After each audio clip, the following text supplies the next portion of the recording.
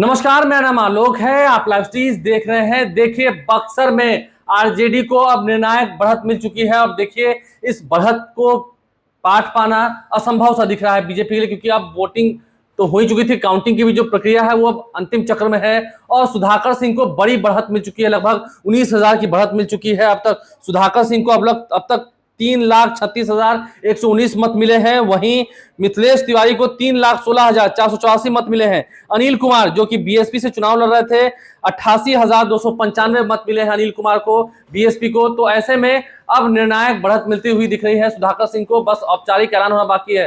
सुधाकर सिंह के समर्थकों ने वहां जश्न मनाना भी शुरू कर दिया है, या कह सकें कि जीत मान ली जाए। देखिए, एक तरफ जहां अमित शाह, देश के गृह मंत्री जो हैं, वो 7,44,000 वोट जीते हैं, वहीं बिहार में अब लगभग 8-10 सीटें जो हैं वो महागठबंधन के खाते में जाती हुई दिख रही हैं। 30 सीटों पर एनडीए का कब्जा रहेगा, जो परिस्थितियां दिख रही हैं। एक निर्दलीय उम्मीदवार पप्पू यादव चुनाव जीत चुके हैं पूर्णिया से। तो सुधाकर सिंह चुनाव जीतते हुए दिख रहे हैं, निर्णायक बढ़त बना ली है। और उन्होंने कहा भी है कि अब बक्सर जो है वो आजाद हो चुका है। बक्सर पुराने तौर पे जो लोग यहाँ राज कर रहे थे, जो कभी बक्सर को आगे नहीं बढ़ने चाह रहे थे, वहां पर जो किसान है उसके लिए सुधाकर सिंह अब लड़ाई लड़ेंगे। सुधाकर सिंह अब देश की संसद में हुंकार भरेंगे। मिथिलेश तिवारी वहां से चुनाव हार गए। देखिए, बक्सर से अश्विनी चौबे का टिकट कटा था। अश्विनी चौबे ने रो रो कर कहा था, मेरा अपराध क्या है, क्या मेरी गुनाह है। तो लोगों ने सुधाकर सिंह के प्रति सिंपैथी दिखाई। सुधाकर सिंह कृषि मंत्री रहते हुए उन्होंने इस्तीफा दे दिया था। और सुधाकर सिंह देखिए चुनाव लड़े, जगदानंद सिंह के बेटे हैं। जगदानंद सिंह भी वहां से एमपी रह चुके हैं। अब सुधाकर सिंह की वहां पर जीत होने जा रही है, बात तय है। वहीं दूसरी ओर रोहिणी आचार्य क्या लड़खड़ा जाएंगी। रोहिणी आचार्य अभी तक पीछे चल रहे। देखिए, जो सुबह से वोटिंग ट्रेंड शुरू हुआ है वो अभी तक रोहिणी आचार्य के पक्ष में जाता हुआ नहीं दिख रहा है। अगर हम सारण की बात करें, सारण में लगभग 16,000 से रोहिणी आचार्य जो है वो पीछे चलती हुई दिख रही है। रोहिणी आचार्य 16,000 वोट से पीछे चल रही हैं।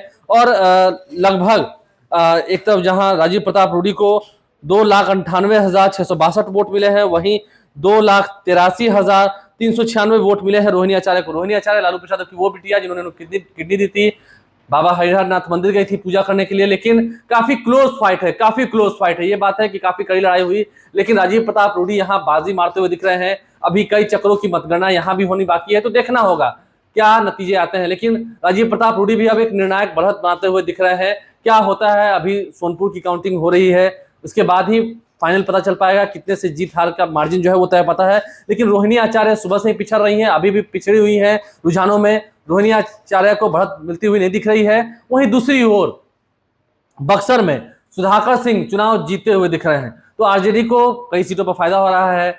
अब देखिए, आरजेडी को पाटलिपुत्र सीट पर फायदा हुआ, मीसा भारती चुनाव जीत गई हैं। इसके अलावा औरंगाबाद में चुनाव जीत मिली है आरजेडी को। इसके अलावा बक्सर में आप समझ सकते हैं इन तमाम सीटों पर जीत मिली है आरजेडी को। औरंगाबाद कह लें, बक्सर कह लें, इन तमाम सीटों पर जीत मिली है। नवादा में भले हार हो गई, फिर वहां पर विवेक ठाकुर चुनाव जीत गए। इन तमाम सीटों पर आरजेडी को जीत मिली है। रोहिणी आचार्य क्या चुनाव जीत पाएंगी, देखना होगा। सीपीआईएमएल को भी जीत मिली है, राजा राम सिंह कुशवाहा चुनाव जीत गए हैं। इसके अलावा सुदामा प्रसाद भी चुनाव जीत गए हैं आरा में।